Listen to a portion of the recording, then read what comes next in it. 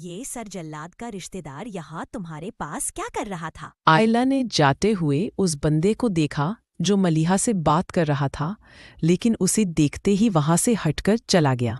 कौन? मलीहा को उसकी बात का मतलब समझ नहीं आया था। यही नॉर्दर्न केन्या का जिराफ जो अभी अभी तुम्हारे पास से हटकर गया है? आयला ने कहते हुए अपना रुख एग्जिट गेट की तरफ किया। फॉर योर काइंड इन्फॉर्मेशन, वो सर जंगवाद का नहीं, हमारा रिश्तेदार है, जमान ताबिंदा फुप्पो का बेटा। मैंने जिक्र किया तो था तुमसे कि वो पढ़ने के लिए हमारी यूनिवर्सिटी आ रहा है। मलीहा ने उसके साथ साथ कदम से कदम मिलाते हुए उसे याद दिलाया। बताया तो था, तो क्या ये वही है, पढ़ाई का चोर? मलीहा के याद दिलाने पर उसने पूछा, पहले तुम उसका ये नामकरण करना बंद करो। यहाँ कोई नामकरण सेरेमनी नहीं हो रही जो तुम उसके ये अलग अलग नाम रख रही हो। सोचो, अगर उसने सुन लिया तो कितना बुरा लगेगा। मलीहा ने उसे घूरते हुए कहा, क्योंकि अब वो दोनों एग्जिट गेट के बाहर कार के पास ही आ चुकी थी और वो नहीं चाहती थी कि आयला की यह बेतुकी बातें जमान सुन ले। उसके बुरा लगने की खैर है, तुम अपना बताओ। तुम्हें जो इतना बुरा लग रहा है मेरा उसका नाम रखना, कहीं उसके साथ नॉर्दर्न केन्या जाने का इरादा तो नहीं हो गया तुम्हारा? आयला ने आईब्रो चढ़ाकर पूछा, जिसके जवाब में मलीहा ने कोहनी के इशारे से हल्का सा टहूका देकर इसे खामोश रहने का इशारा किया था। उफ!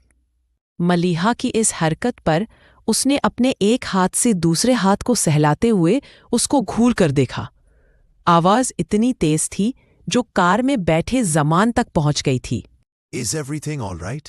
उसने कार की खिड़की के शीशे में से गर्दन बाहर निकालकर उन दोनों की तरफ देखा जहां पर आयला अब तक मलीहा को घूरे जा रही थी।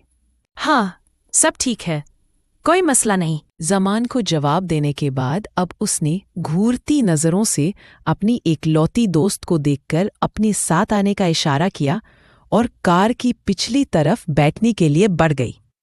यार, ये कार की छत तो हमारे साइज के हिसाब से ठीक है, इस जिराफ की गर्दन नहीं फंसती क्या इसमें बैठते हुए?